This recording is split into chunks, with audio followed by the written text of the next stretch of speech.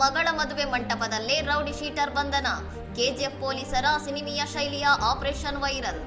ಕೋಲಾರ ಜಿಲ್ಲೆಯ ಕೆಜಿಎಫ್ ನಗರದಲ್ಲಿ ಈಗಾಗಲೇ ಗಡೀಪಾರಾಗಿದ್ದ ಕುಖ್ಯಾತ ರೌಡಿ ಶೀಟರ್ ಸ್ಟಾನ್ಲಿಯನ್ನು ಮಗಳ ಮದುವೆ ಮಂಟಪದಿಂದಲೇ ಪೊಲೀಸರು ಸಿನಿಮೀಯ ಶೈಲಿಯಲ್ಲಿ ಬಂಧಿಸಿದ್ದಾರೆ.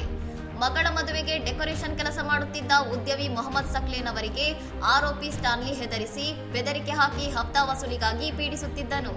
ಈ ಕುರಿತು ಸಂತ್ರಸ್ತ ಉದ್ಯಮಿ ನೀಡಿದ ದೂರಿನ ಮೇರೆಗೆ ಈಗಾಗಲೇ ನಗರದಿಂದ ಗಡೀಪಾರಾಗಿದ್ದರೂ ಕಾನೂನು ಉಲ್ಲಂಘಿಸಿ ನಗರ ಪ್ರವೇಶಿಸಿದ್ದ ರೌಡಿಯ ಪತ್ತೆಗೆ ಪೊಲೀಸರು ಅಲರ್ಟ್ ಆಗಿದ್ದಾರೆ.